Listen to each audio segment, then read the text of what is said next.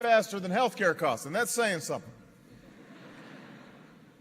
So it's no wonder that the amount student borrowers owe has risen almost 25% just over the last 5 years. Think about that. Just in the last 5 years, the debt of students has gone up 25%. And this isn't some abstract policy for me. I understand this personally because Michelle and I, we had big loans to pay off when we graduated. I remember what that felt like, especially early in your career where you don't make much money and you're sending all those checks to all those companies.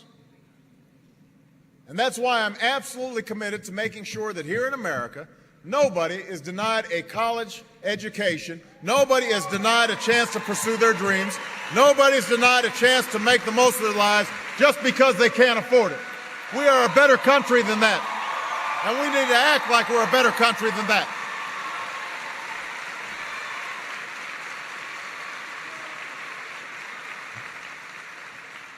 Now, there are a couple of components to this. Part of the responsibility for controlling these costs falls on our colleges and universities. Some of them are stepping up.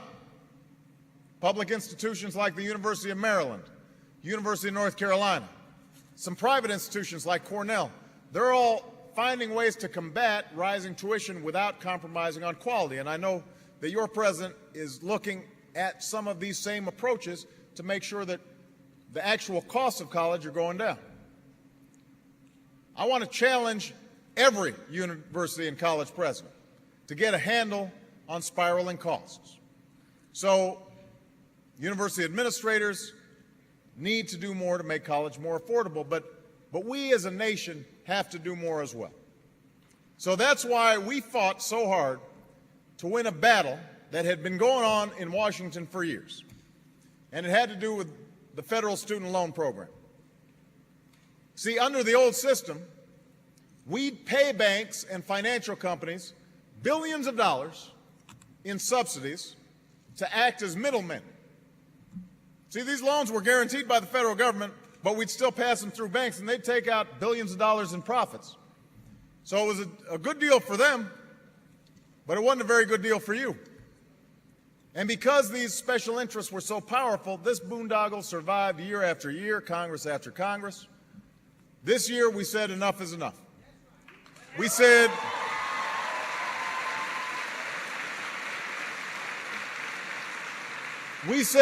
we could not afford to continue subsidizing special interests to the tunes of billions of dollars a year at the expense of taxpayers and of students. So we went to battle against the lobbyists and a minority party that was united in their support of this outrageous status quo. In Texas, I am here to report that we won. We won. So, as a result, instead of handing over $60 billion in subsidies to big banks and financial institutions over the next decade, we're redirecting that money to you to make college more affordable for nearly 8 million students and families across this country. 8 million students will get more help from financial aid because of these changes.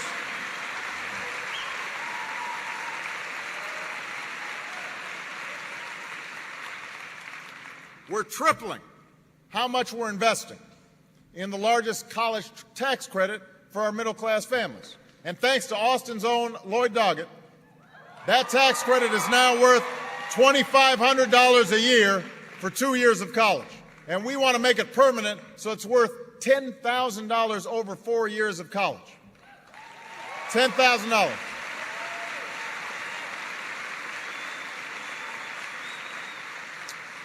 And because the value of Pell Grants has fallen as the cost of college keeps going up, the cap on how much Pell Grants are worth, we have decided to offer more support for the future so the value of Pell Grants don't erode with inflation, they keep up with inflation. And we're also making loan repayments more manageable. for over 1 million more students in the coming years, so students at UT Austin and across this country don't graduate with massive loan payments each month. All right, we're working on that right now. Now, I should mention, by the way, we're also making information more widely available about college costs and completion rates so you can make good decisions. You can comparison shop. And we're simplifying financial aid forms by eliminating dozens of unnecessary questions. You should not have to have a PhD to apply for financial aid. You shouldn't have to do it.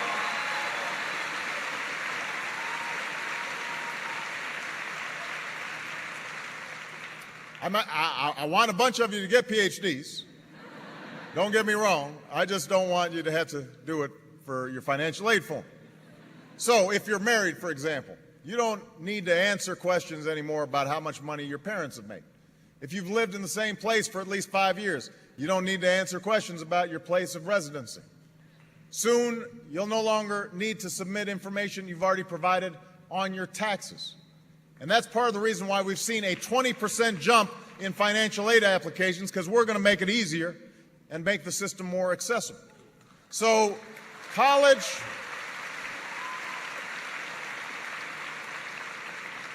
affordability is the first part of the strategy that we're pursuing.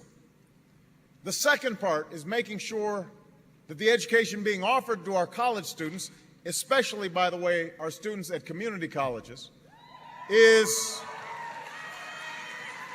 that it's preparing them to graduate ready for a career. See, institutions like UT are essential to our future.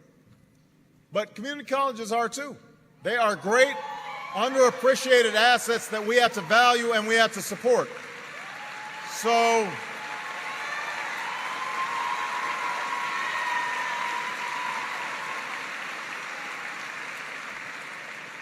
that's why we're upgrading our community colleges by tying the skills taught in our classrooms to the needs of local businesses in the growth sectors of our economy. And we're giving companies an assurance that the workers they hire will be up to the job. We're giving students the best chance to succeed. We're also that way giving America the best chance to thrive and to prosper. And that's why we're also reinvesting in our HBCUs and Hispanic serving institutions,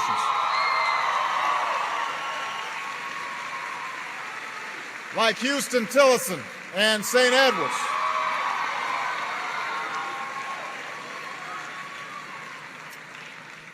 The third part of our strategy is making sure every student completes their course of studies. Now, I want everybody to think about this. Over a third of America's college students and over half of our minority students don't earn a degree, even after 6 years. So we don't just need to open the doors of college to more Americans. We need to make sure they stick with it through graduation. That is critical. And that means looking for some of the best models out there. There are community colleges like Tennessee's Cleveland State that are redesigning remedial math courses and boosting not only student achievement but also graduation rates. And we ought to make a significant investment to help other states pick up on some of these models. So we've got to lift graduation rates. We've got to prepare our graduates to succeed in this economy. We've got to make college more affordable. That's how we'll put a higher education within reach for anybody who's willing to work for it. That's how we'll reach our goal of once again leading the world in college graduation rates by the end of this decade. That's how we'll lead the global economy in this century, just like we did in the last century. And, you know, when I look out at all the young people here today, I think about the fact that you are entering into the workforce at a difficult time in this country's history. The economy took a body blow from this financial crisis and this great recession that we're going through. But I want everybody here to remember, at each and every juncture throughout our history, we've always recognized that essential truth that the way to move forward in our own lives and as a nation is to put education first. It's what led Thomas Jefferson to leave as his legacy not just the Declaration of Independence, but a university in Virginia. It's what led a nation that was being torn apart by civil war to still set aside acreage as a consequence of President Lincoln's vision for the land-grant institutions to prepare farmers and factory workers to seize the promise of an industrial age. It's what led our parents and grandparents to put a generation of returning GIs through college and open the doors of our schools and universities to people of all races, which broadened opportunity and grew our middle class and produced a half a century of prosperity. And that recognition that here in this great country of ours, education and opportunity, they always go hand in hand. That's what led the first president of the University of Texas to say, as he dedicated the cornerstone of the original main building, "Smite the rocks with the rod of knowledge, and fountains of unstinted wealth will gush forth." That's the promise at the heart of UT Austin. But that is also the promise at the heart of our colleges and of our universities, and it is the promise at the heart of our country, the promise of a better life, the promise that our children will climb higher than we did. That promise is why so many of you are seeking a college degree in the first place. That's why your family's education. And I know that as we make our way through this economic storm, some of you may be worried about what your college degree will be worth when you graduate and how you're going to fare in this economy and what the future holds. But I want you to know, when I look out at you, when I look into the faces of America's young men and women, I see America's future, and it reaffirms my sense of hope. It reaffirms my sense of possibility. It reaffirms my belief that we will emerge from this storm and we will find brighter days ahead, because I am absolutely confident that if you keep pouring yourselves into your own education, and if we as a nation offer our children the best education possible from cradle through career, not only will America workers compete and succeed, America will compete and succeed. And we will complete this improbable journey that so many of you took up over 3 years ago. And we're going to build an America where each of us, no matter what we look like or where we come from, can reach for our dreams and make of our lives what we will. Thank you, Austin. Thank you, Texas. God bless you. And God bless the United States of America. Thank you. Good luck to the team.